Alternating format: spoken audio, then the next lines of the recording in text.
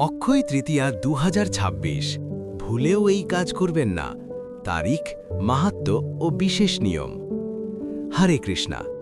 বৈশাখ মাসের এই পবিত্র শুক্লপক্ষের তৃতীয়া তিথি, যাকে আমরা বলি অক্ষয় তৃতীয়া।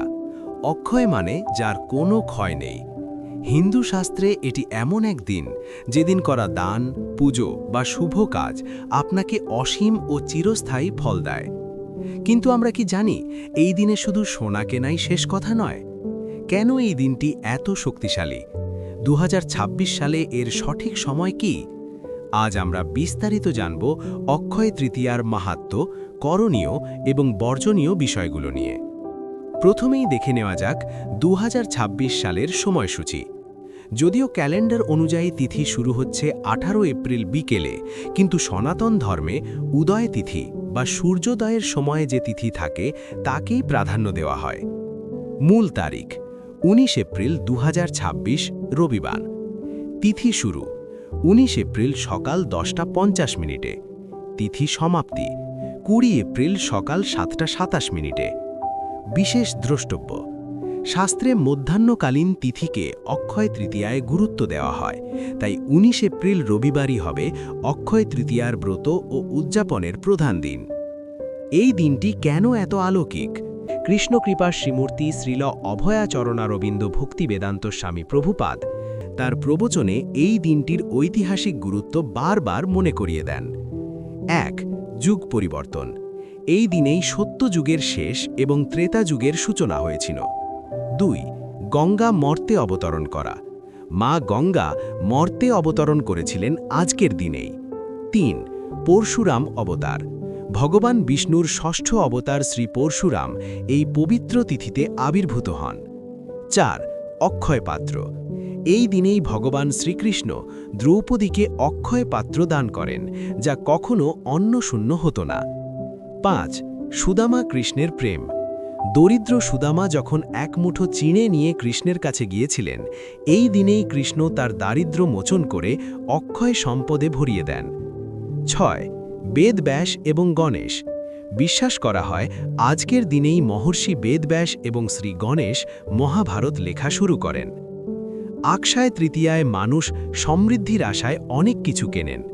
শাস্ত্রমতে এই দিনে যা কেনা শুভ: সোনা ও রূপা, এটি লক্ষ্মীর প্রতীক হিসেবে কেনা হয়।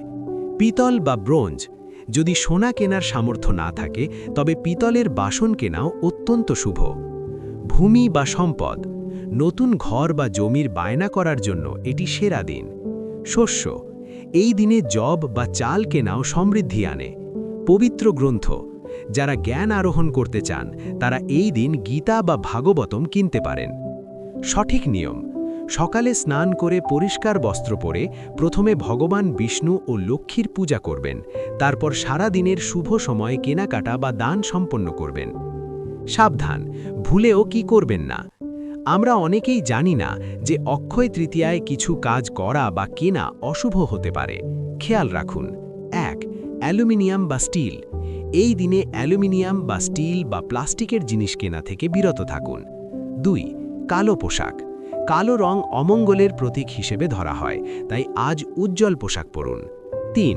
ধার দেওয়া: এই দিনে কাউকে টাকা ধার দেবেন না, কারণ এতে আপনার লক্ষ্মী অন্যের ঘরে চলে যেতে পারে বলে মনে করা হয়। ৪. অসাধু উপায়: মনে রাখবেন এই দিনে করা পাপও কিন্তু অক্ষয় হয়, তাই মিথ্যে কথা বলা বা কাউকে ঠকানো থেকে সাবধান। ইসকন ও গৌড়ীয় বৈষ্ণব দর্শনে এই দিনটির গুরুত্ব কেবল বৈষয়িক কেনাকাটায় নয়। কৃষ্ণকৃপা শ্রীমূর্তি শ্রীল অভয়াচরণারবিন্দ ভক্তি বেদান্ত স্বামী প্রভুপাদ। চন্দন যাত্রা: আজ থেকেই জগন্নাথ দেবের ২১ দিনব্যাপী চন্দন যাত্রা শুরু হয়। এই প্রচণ্ড গরমে ভগবানের অঙ্গে শীতল চন্দন লেপন করা হয়। সম্ভব হলে আপনার ঘাড়ের বিগ্রহকেও আজ চন্দন অর্পণ করুন। পারমার্থিক সম্পদ: সোনা আজ আছে কাল নেই, কিন্তু এই দিনে করা হরিনাম জপ আপনার সাথে পরকালেও থাকবে, তাই জপের সংখ্যা বাড়িয়ে দিন। অন্নদান: শাস্ত্রে বলা হয়েছে অন্নদানম পরম দানম। আজকের দিনে ক্ষুধার্ত মানুষকে অন্ন দান করলে ভগবান অত্যন্ত প্রীত হন।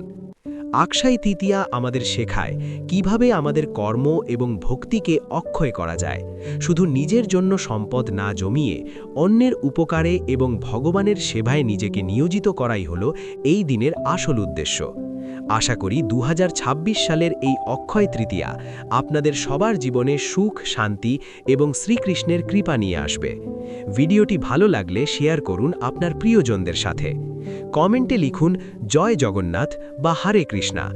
আর এমন তথ্যমূলক ধর্মীয় ভিডিও পেতে আমাদের চ্যানেলটি সাবস্ক্রাইব করে বেল আইকনটি চেপে দিন। হরে কৃষ্ণা। ধন্যবাদ।